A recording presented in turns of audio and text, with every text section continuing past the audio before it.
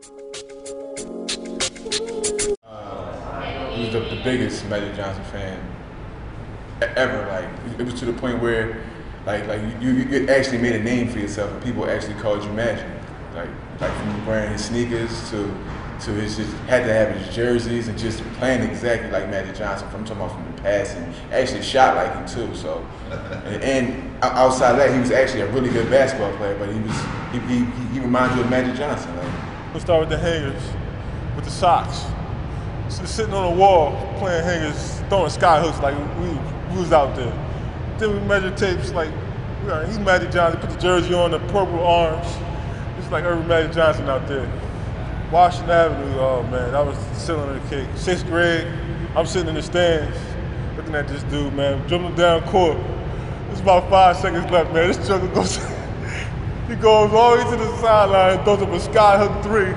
It's nothing but net. Everybody in the crowd shocked.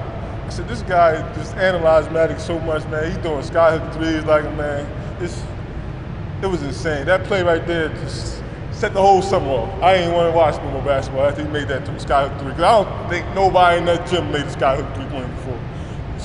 Not even practice shot. Yeah, his name is Magic, not Leonard.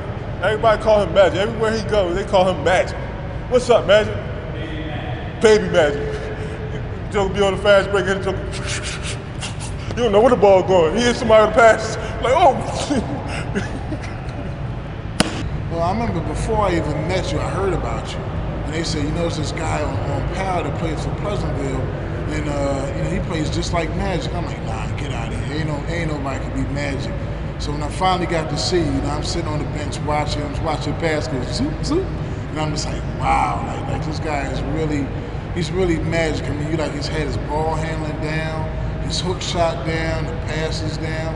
I mean, you really carried yourself like Magic. I mean, one thing about Magic, he made a lot of his teammates better. And, I think as far as you on and off the court, you make a lot of people better. The first time I met Larry was in the summer of '78. We were on a college all-star team that toured Europe. And the thing I noticed about Larry was that he reminded me of myself. We both loved passing the ball. And neither one of us could run very fast or jump very high. And we weren't about stats. We were about winning. And people that saw us play saw some of the best basketball ever played. I had always fantasized about us playing together. And that's why the Olympics meant so much to me. And for it to happen meant more to me than anything I've ever done. Athletes live to get up so that they can't sleep for 2 or 3 days before a competition. And nobody could do that to me except Larry Bird. And the only time in my life that I was ever scared before a game was before the NCAA final and before a Celtic game. After God and my father, I respect Larry Bird more than anyone. And the thing is, we hardly ever guarded one another. The only time we ever talked on the floor was when we had a switch. So if I was on him, he'd say, bring it here to me, I got this little one on me. And, in fact, one night he got me real good. I was back on a fast break, and somebody had kicked the ball out to him. So I ran out to cover him. So Larry says, he said, what you running out here for? And he buries it right in my face.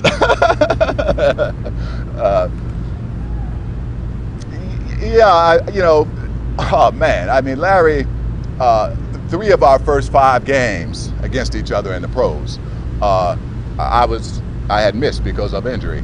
And one night before a game, Larry comes over to me and he says, hey, Irvin, he never calls me Magic.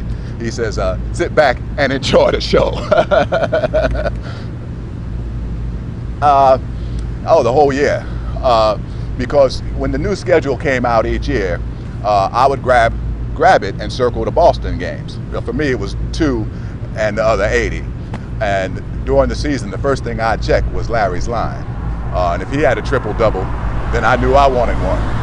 And the thing that would get me is when he would, say get 20 rebounds. Then I'd say, I want to get me 20 assists that night.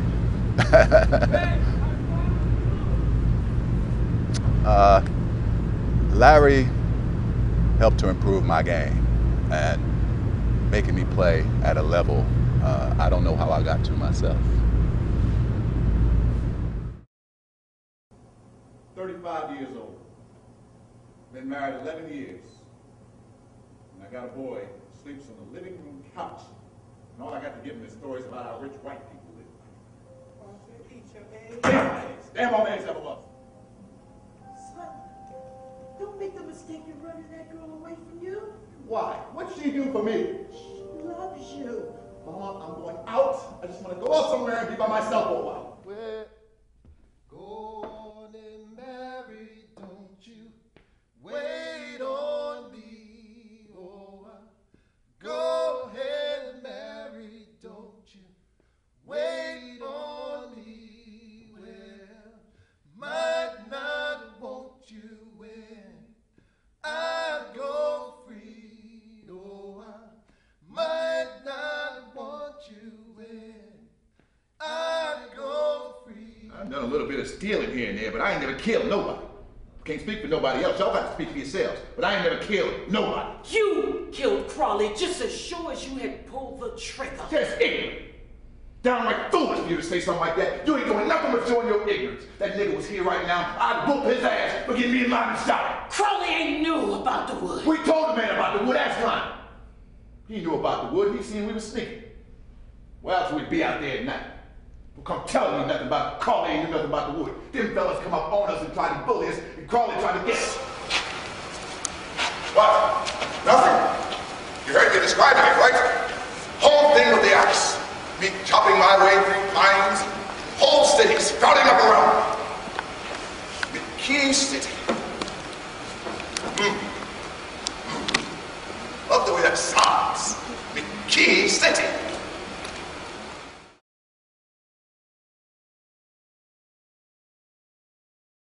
I wanted to be a basketball player, and a lot of me to this day is still very much an athlete. I always say the whole actor-performer thing is what God has called me to do.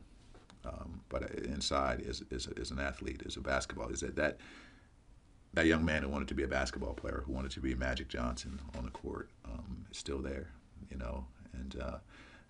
and there are times that even at 6'3", almost 6'4", I convinced myself that I could play in the NBA. With that being said, when Magic left, it took a lot out of me. As my brother said, I didn't have the same zest for basketball, anymore. Why I'm right for the role. On my website, I have an interesting quote that really sums me up as an actor. And that quote was something that I borrowed, was a statement I borrowed from the late George C. Scott, who said, I never cared much about acting. I've always cared more about showing people glimpses of themselves. And that's what it comes down to for me. Magic actually, like I said, if Magic said he ate a certain type of cereal, I was going to eat that cereal. If Magic said he used a certain bar of soap, you better believe I was going to use that soap. And I discovered, Luther Vandross, who was another hero to me growing up, through Magic Johnson. And interestingly enough, I'll be playing Luther on stage pretty soon. But I owe that to Magic Johnson because Magic was in an interview and talked quite fervently about his love for Luther's music, and I had to go listen to this Luther guy, find out who this guy was, just because Magic said so. So getting back to my initial premise, I'm right for this role because there's so many people that I'm sure will try out for this role, and that that are fans of magic, that feel they have the ability to portray magic. But I guess what I would say to the producers of the show, Fran Kermser and the Pintaro Group, and the writer Eric Simons, and the NBA, Magic Johnson, what I would say is I have 22 years at least of this man living in my soul, of you, Magic, living in my soul. And that's, the typical preparation time that it takes for an actor. Even the best of them, 6 months to a year, can't overcome 22 years of, Magic Johnson living in my soul, living and breathing you, Magic, for 22 years. And that's hard, I can play Magic from the standpoint of having lived him, having breathed him, and every bit of who I am today, every bit of my character being, developed by Magic Johnson. So for me, it's not a, and certainly the role, would require, would have its demands and preparation. But when someone lives in your soul the way Magic lives in mine, it's a process that you cannot duplicate.